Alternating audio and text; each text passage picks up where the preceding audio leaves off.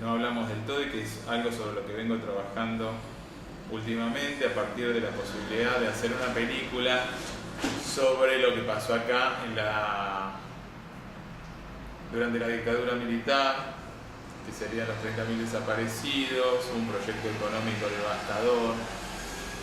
Y creo que es importante para saber dónde me debería ubicar yo en ese contexto. Y bueno, yo creo que, digo, para hacer un planteo de tipo estructural, no en el sentido más filosófico, sino de una estructura histórica que se mantiene acá en Argentina desde los años 80, ¿no? de los 80 del siglo XIX.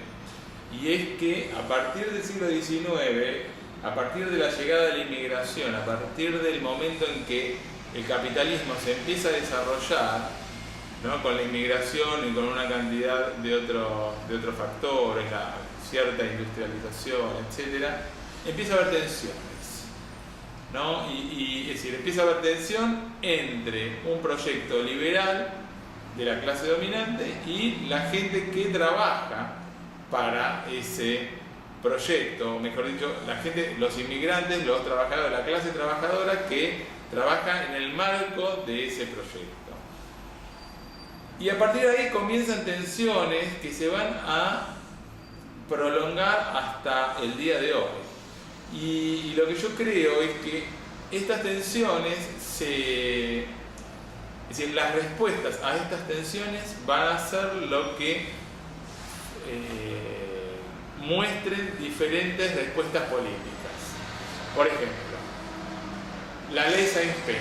Hasta ese momento los trabajadores no pueden votar, solamente son ciudadanos, solamente pueden votar un núcleo determinado de personas que son las personas pudientes. A partir de la presión de la Unión Cívica Radical, que en ese momento se llamaba, creo que solamente Unión Cívica, con ALEP, empieza a haber pujas para que el voto sea universal. Esa primera puja es muy importante, ¿no? Y termina en el gobierno radical. Con todas sus limitaciones, el gobierno radical es como una especie de transacción que la clase dominante se ve obligada a hacer. Estas transacciones van a ser como una especie de constante a lo largo del siglo XX.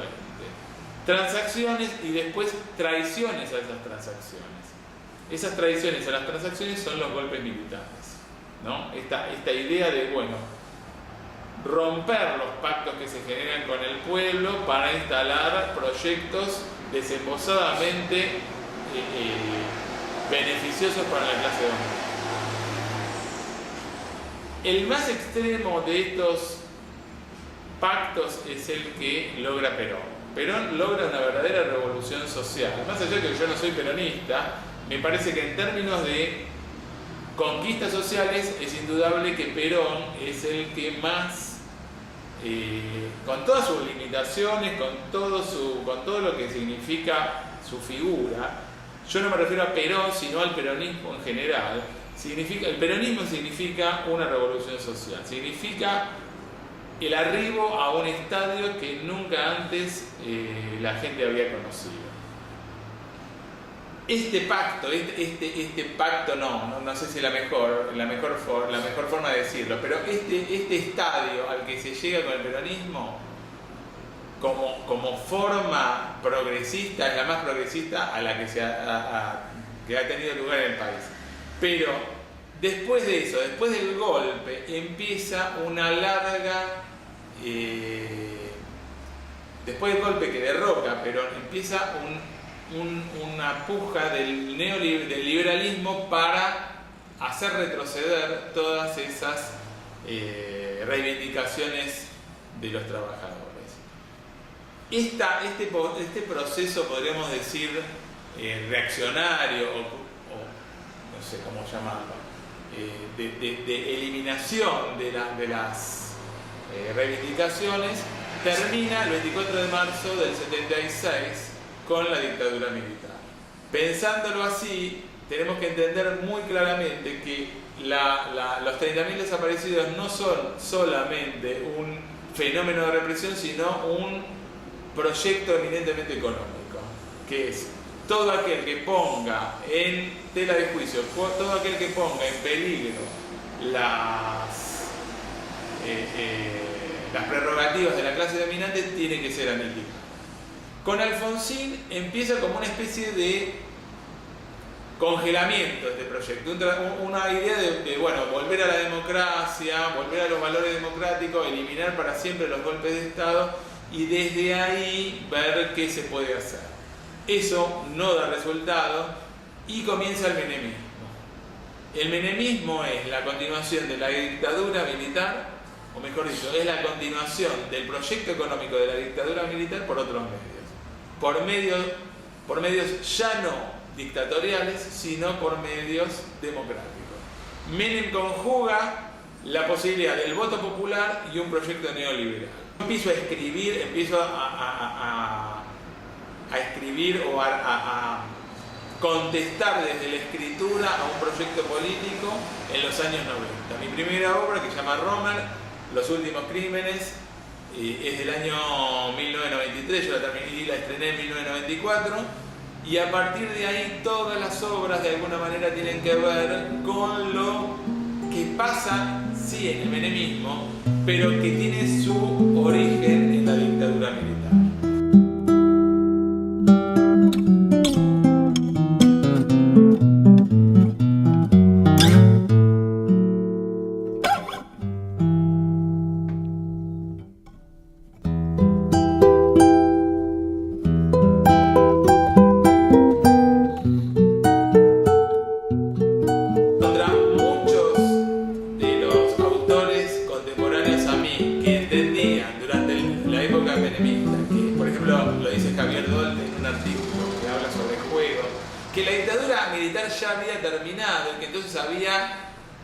En otras cosas y que por eso en algún punto Teatro Abierto tenía sentido porque había contestado a la dictadura militar, pero como la dictadura militar había terminado, toda contestación ya no tenía sentido. Yo opino que la dictadura militar sigue sucediendo. Es decir, 30 años después podemos decir que la dictadura militar sigue sucediendo por un montón de razones. Primero, por como dice Benjamin en tesis sobre la filosofía de la historia, las víctimas siguen esperando que alguien las redima. Y entonces, desde la escritura hay como una especie de mirar hacia atrás para redimir a aquellos que están sufriendo. Y esto no habla solamente, en mi caso, de las víctimas de la dictadura militar, sino también de las víctimas del nazismo, de las víctimas del atentado a la AMIA, de todas las víctimas que puedan formar una analogía con estas víctimas de la dictadura militar, que serían, desde mi punto de vista histórico, las víctimas por antonomasia. Pero toda otra víctima no es sino un emblema que se autorrefiere, es decir, que se refieren unos a otros, a las víctimas del nazismo, a las víctimas del terrorismo de Estado en la Argentina, o a las víctimas de la AMIA, o cualquier otra víctima, ¿no? Por eso, de alguna manera, la obra, por ejemplo, Instrucciones para el manejo de las marionetas, que habla sobre el secuestro, es representada en diferentes momentos y en diferentes lugares de Europa o de América Latina. Seguimos padeciendo un nivel altísimo de pobreza que la Argentina, antes de la dictadura militar, no había conocido. No había conocido con esa crueldad, con esos niveles de crueldad. Obviamente había niveles de pobreza, pero no se puede imaginar lo bajo que era en comparación a lo que estamos viviendo ahora. Entonces, mi escritura tiene que ver con este contexto. Cuando yo estrené Serenanza del Olvido, el Teatro del Pueblo en el que yo estrené me pidió un texto para el programa. Yo en ese texto pongo que muchas veces mis obras se piensan como políticas. Y a mí no me parece mal, me parece bien, pero sin embargo creo que más que con lo político tiene que ver con la historia, con lo histórico, que inevitablemente refiere a lo político. Pero digo, lo histórico implica una referencia mucho más amplia. creo que mi teatro tiene una gran conciencia histórica, como yo la tengo, ¿no? No sé si gran conciencia, pero tengo una conciencia histórica. Es decir, yo miro cada uno de mis días desde una perspectiva histórica. Bueno, ¿qué significa estar hoy en este momento, en este país? ¿Y qué tiene que ver con el pasado y cómo se va a proyectar hacia el futuro? Esto es una mirada histórica. ¿Cómo se mira hoy el gobierno desde el gobierno de Kirchner, por ejemplo? O cualquier cosa que suceda desde una perspectiva que tenga que ver con todo el proceso anterior y no solamente con una coyuntura actual, por decirlo, ¿no? Que es lo más difícil. Yo creo que si yo estudié filosofía durante tantos años, tenía que ver con mi obsesión por la historia, ¿no? Mi obsesión por la dialéctica, por Marx, por cómo se piensa la historia, tiene que ver con tratar de comprender cómo se piensa mi vida en función de lo histórico. Entonces, cómo se piensa mi obra también en función del histórico. Digo, Memorias de Praga o Romer, pero Memorias de Praga, que es una obra más que pareciera que no tiene nada que ver con la Argentina porque habla del nazismo, y sin embargo era una manera de conectar o armar, mejor dicho, una línea que uniera al nazismo con la dictadura militar o con cierta metodología que tiene que ver con el exterminio.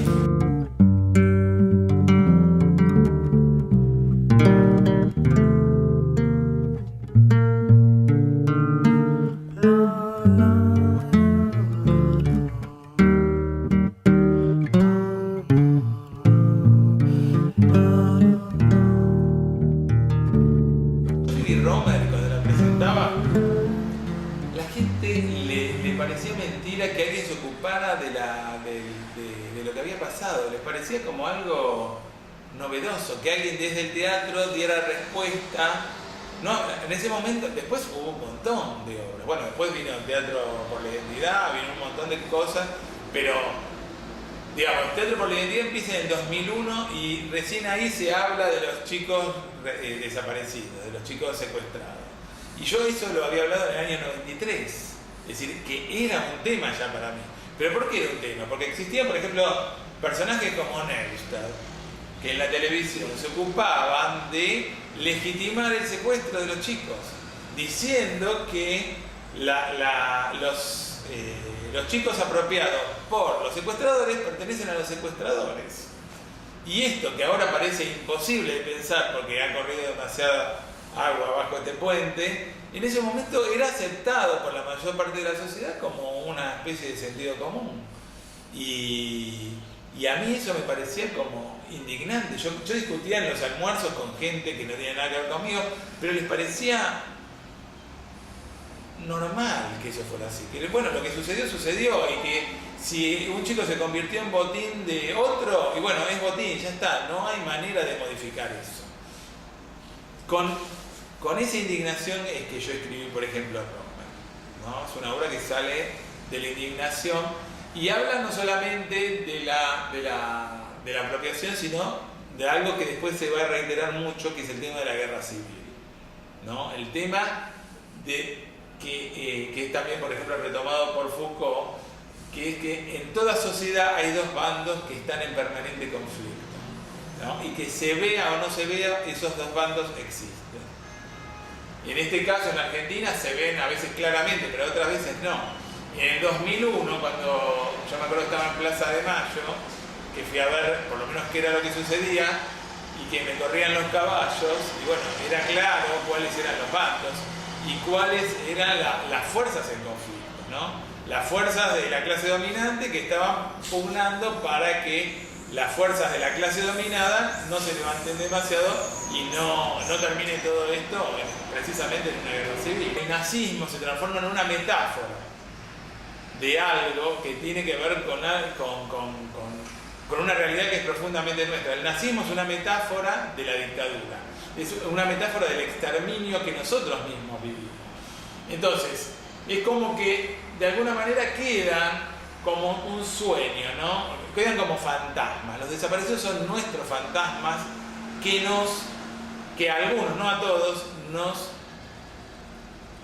reclaman permanentemente. Entonces se nos aparecen como figuras oníricas a las que nosotros tenemos que darle respuesta. No somos nosotros, sino la realidad argentina entera tiene que dar respuesta a esos fantasmas que nos reclaman. Y cada uno habla de esos fantasmas como puede. Entonces ahora yo escribí 3 obras que tienen que ver con el nazismo. No tienen que ver con el nazismo, escritas desde la Argentina, obras sobre el nazismo. No tratan sobre el nazismo, no tratan sobre Alemania, sino que tratan justamente sobre la Argentina. Y esto es lo que hay que ver, ¿no? Ya no necesitamos, y esto tiene que ver con lo político, ya no se necesita como antes de copiar la realidad para hablar de lo político tal cual es, sino que se puede usar metáforas. Y a mí me parece, desde mi lugar, de todo lo que yo sufrí, el antisemitismo y el nazismo, a mí el nazismo me parece como la metáfora ideal a través de la cual yo me puedo expresar. Y por eso, pero no expreso solamente una vinculación con el holocausto, sino con la realidad, con el exterminio en términos de Argentina. La rapiña merodea aquel lugar, la casaca del amigo está tendida, el amigo no se sienta a descansar, sus zapatos desgastados son espejo que le queman la garganta con el sol, y a través de su cansancio pasa un viejo que le seca con la sombra el sudor.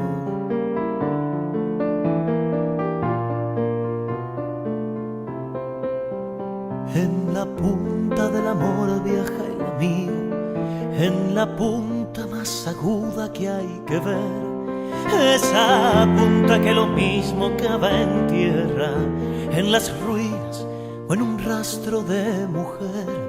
Es por eso que es soldado y es amante, es por eso que es madera y es metal. Es por eso que lo mismo siembra rosas que razones de bandera y arsenal.